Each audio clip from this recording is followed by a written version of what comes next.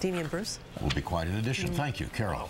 We started in some places with snow and ended quite nicely. We're in what I call a donut hole. No. The low pressure system is just sort of swirling around us, and this morning we were underneath one of the spokes of energy, one of those pieces of what we would call storm energy or a disturbance, and it was snowing this morning.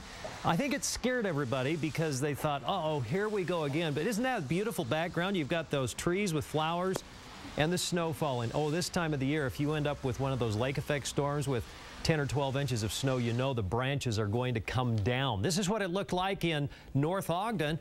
Robert Bolar says, look at the ground, completely covered by snow this morning. We had reports in Ogden of up to an inch of snow, and Ole Olson out there in Altamont said, we have snow here in the Uinta Basin too. Here's proof in the pictures. So, yep, cold enough for the snow in April. It does happen, and precipitation amounts have been significant. No wonder the Virgin and also the Santa Clara and some of those small rivers are running high. We have that huge snowpack beginning to melt because of the warm weather, and then you add nearly 2 inches of rain to that at Kolob, and water comes streaming down. The West Desert had 1.48 inches at Baker Lab. That is a lot of water in the West Desert. When you average 8 to 10 inches a year, Weber Canyon, 1.39. Northeast Ogden, Jeff James says 1.34. Bountiful Bench, 1.09.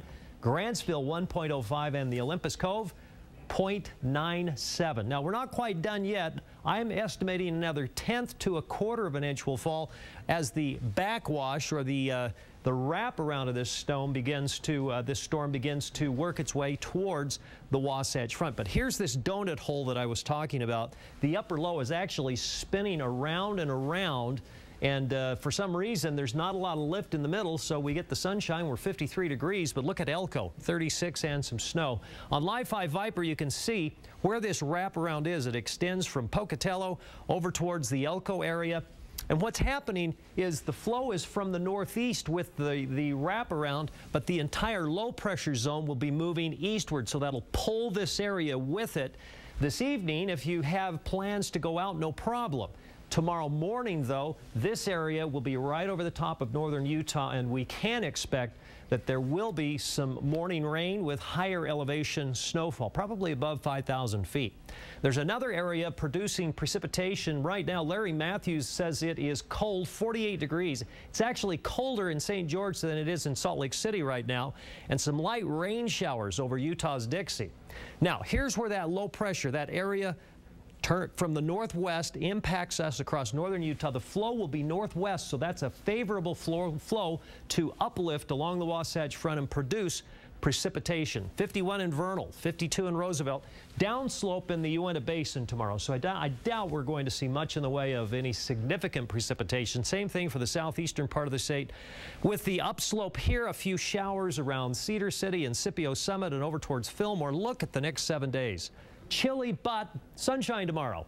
We're up to 84 on Monday. And next week, it turns stormy again latter part of the week. Now, this is important because this is a 1/10 of an inch. This is a 1/4 to 1/2 of an inch. So in this area from Logan to Ogden, Davis County, pretty good chance we're going to see some rather significant precipitation in your morning commute. And no better than about 52 tomorrow as the rain and binge snow turn to showers. But 64 Saturday, 61 Sunday, 67 Monday. Tuesday, it's the warm before the storm.